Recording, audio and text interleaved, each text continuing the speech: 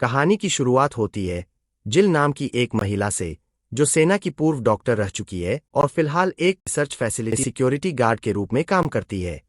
जिल की जिंदगी काफी मुश्किलों से गुजर रही है। वह अपनी आर्थिक तंगहाली के कारण दवाओं की चोरी करके उन्हें ब्लैक मार्केट में बेचती है।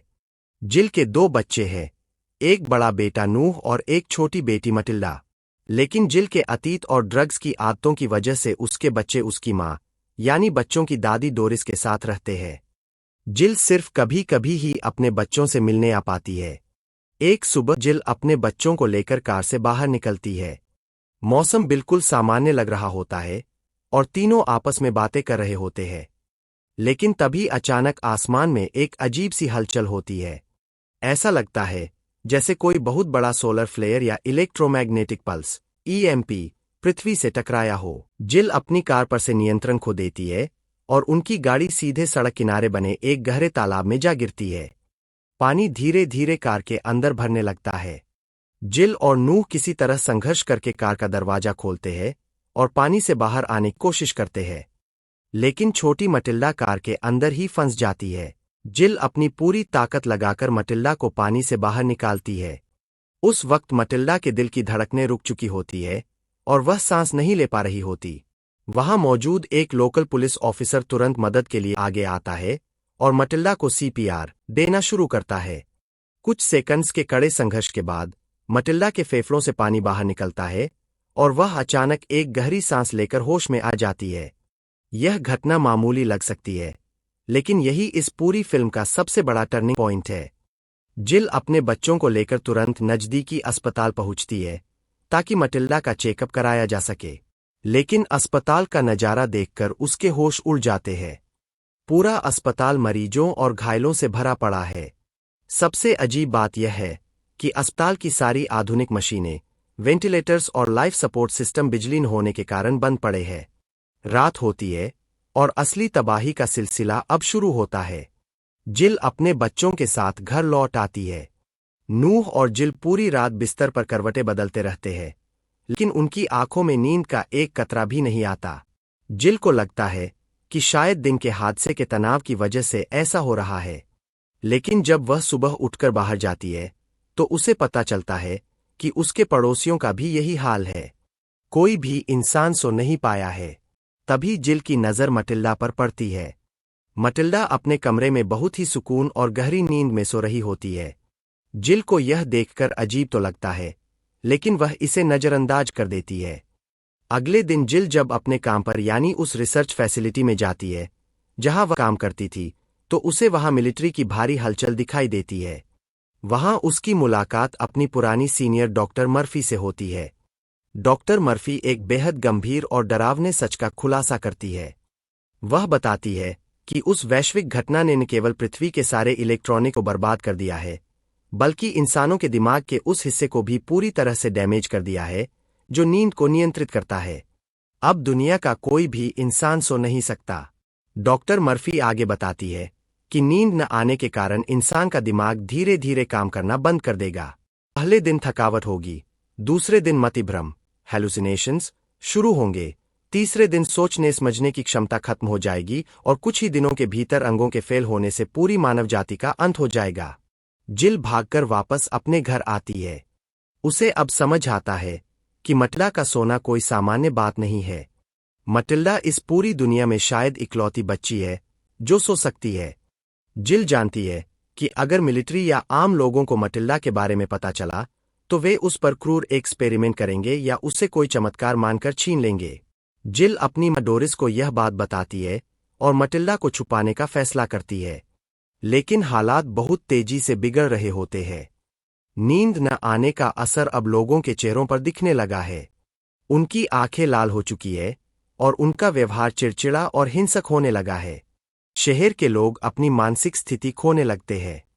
डोरिस, जो कि एक बेहद धार्मिक महिला है, बच्चों को लेकर स्थानीय चर्च जाती है। चर्च के अंदर का माहौल बेहद डरावना हो चुका है। वहां का पादरी और चर्च के लोग पूरी तरह पागलपन की कगार पर है। जब उन्हें की तरह यह भनक लगती है कि मटिल्डा सो सकती है, तो वे उसे भगवान का कोई संकेत मानने लगते हैं। पादरी का मानना है कि मटिल्डा की बलि देकर या उसे भगवान को सौंपकर ही वे अपनी नींद वापस पा सकते हैं। जिल ठीक सही वक्त पर चर्च पहुंच जाती है। वह देखती है कि चर्च के लोग मटिल्डा को घेर कर खड़े हैं और उसे अपने साथ ले जाने की कोशिश कर रहे हैं। जिल अपनी गन निकाल लेती है और उन लोगों को पीछे हटने के लिए कहती है। चर्च के पागल हो चुके लोग जिल पर हमला करने की कोशिश करते हैं, लेकिन इसी बीच वहां एक अन्य व्यक्ति दखल देता है और जिल किसी तरह मटिल्डा और नूह को लेकर वहां से भागने में सफल रहती है। इस अफरातफरी में वे डोरिस को पीछे छोड़ देते हैं, जो खुद मानती है कि मटिल्डा को बचाना ज्यादा जरूरी है। अब जिल के पास कोई रास्ता नहीं बचा है। वह जानती है कि शहर में रहकर वे कभी सुरक्षित नहीं रह सकते। उसे डॉक्टर मर्फी के उस सीक्रेट बेस द हब के बारे में याद आता है। जिल को लगता है कि अगर वह मटिल्डा को वहां ले जाए तो शायद डॉक्टर मर्फी उस बूढ़ी औरत और मटिल्डा के डीएनए की तुलना करके बिना मटिल्डा को नुकसान पहुंचाए कोई इलाज ढूंढ सके। जिल अपने दोनों बच्चों को लेकर एक पुरानी कार में सवार होकर द हब की तरफ निकल पड़ती है। सफर बेहद खतरनाक है क्योंकि रास्ते में कानून और व्यवस्था पूरी तरह खत्म हो चुकी है। नींद से महरूम लोग सड़कों पर पागलों की तरह घूम रहे हैं। इसी सफर के दौरान उनकी कार का सामना कुछ भागे हुए कैदियों से होता है। इन कैदियों में डॉज नाम का एक शख्स भी शामिल है। डॉज बाकी कैदियों की तरह पूरी तरह हिंसक नहीं हुआ है, लेकिन वह भी नींद की कमी से जूझ रहा है। एक मुठभेड़ के बाद डॉज जिल और उसके बच्चों की मदद करता है और वे सब मिलकर आगे का सफर तय करने का फैसला करते हैं। डॉज को गाड़ी चलानी आती है, जो जिल के लिए एक बड़ी मदद साबित होती है, क्योंकि जिल खुद भी नींद न आने के कारण धीरे धीरे अपनी सुध-बुध खो रही है। जिल को अब अजीबोगरीब आवाजें सुनाई देने लगी है और उसकी आंखों के सामने धुंधलापन छाने लगा है। रास्ते में वे एक खाली पड़े गैस स्टेशन पर रुकते हैं। वहां का नजारा इंसानी सभ्यता के अंत की गवाही दे रहा होता है। लोग छोटी छोटी चीजों के लिए एक दूसरे की जान ले रहे हैं। जिल अपनी चेतना बनाए रखने के लिए लगातार संघर्ष कर रही है।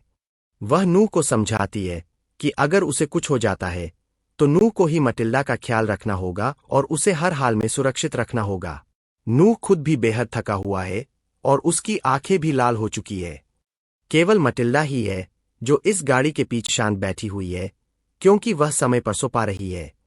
जैसे जैसे दिन बीतते हैं, पूरी दुनिया में स्टेज 3 फीट और स्टेज 4 फीट का स्लिप डेप्रिवेशन हावी होने लगता है।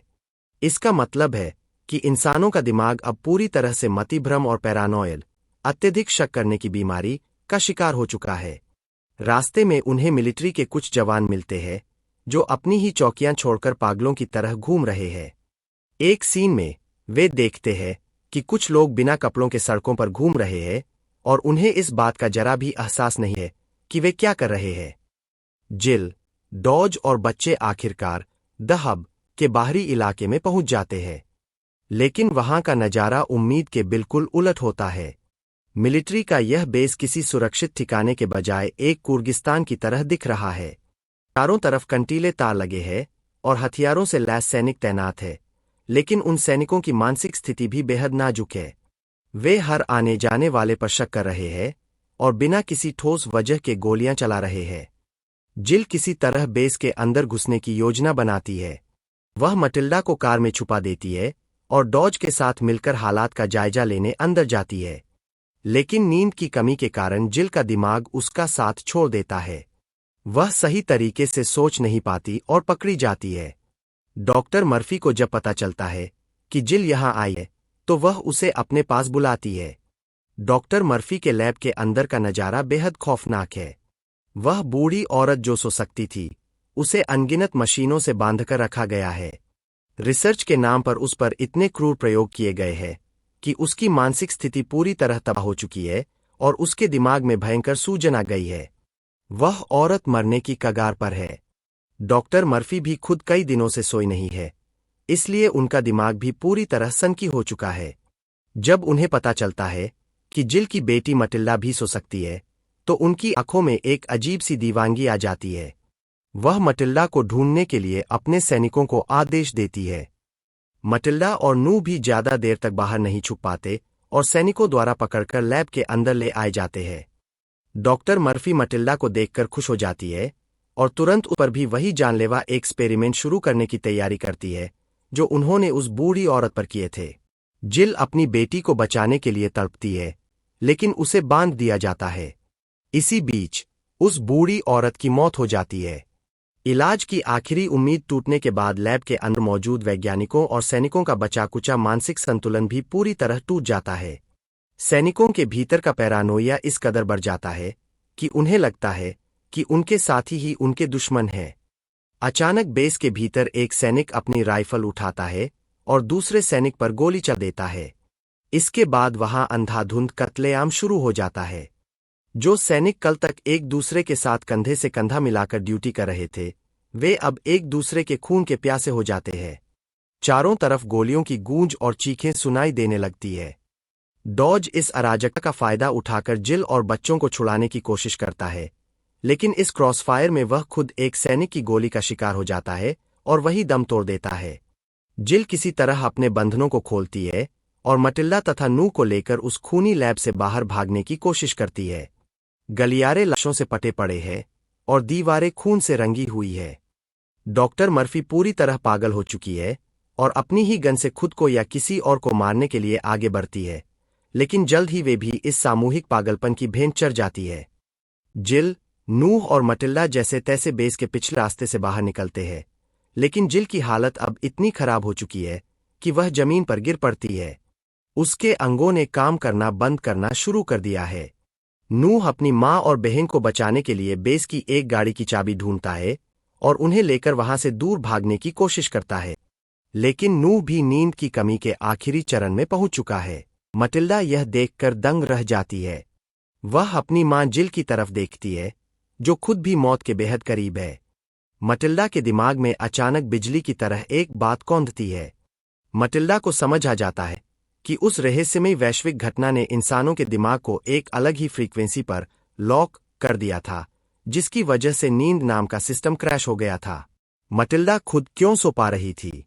क्योंकि फिल्म की शुरुआत में जब उनकी कार पानी में डूबी थी, तब मटिल्डा का दम घुटने से उसकी मौत हो चुकी थी, उसका दिल रुक गया था, और जब पुलिस वाले ने उसे सीपीआर दिया तो उसका दिमाग एक तरह से रीस्टार्ट हो गया था।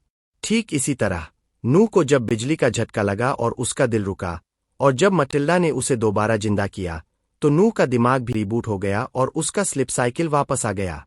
यानी इस लाइलाज बीमारी का एकमात्र इलाज था एक बार तकनीकी रूप से मरना और फिर से जिंदा होना।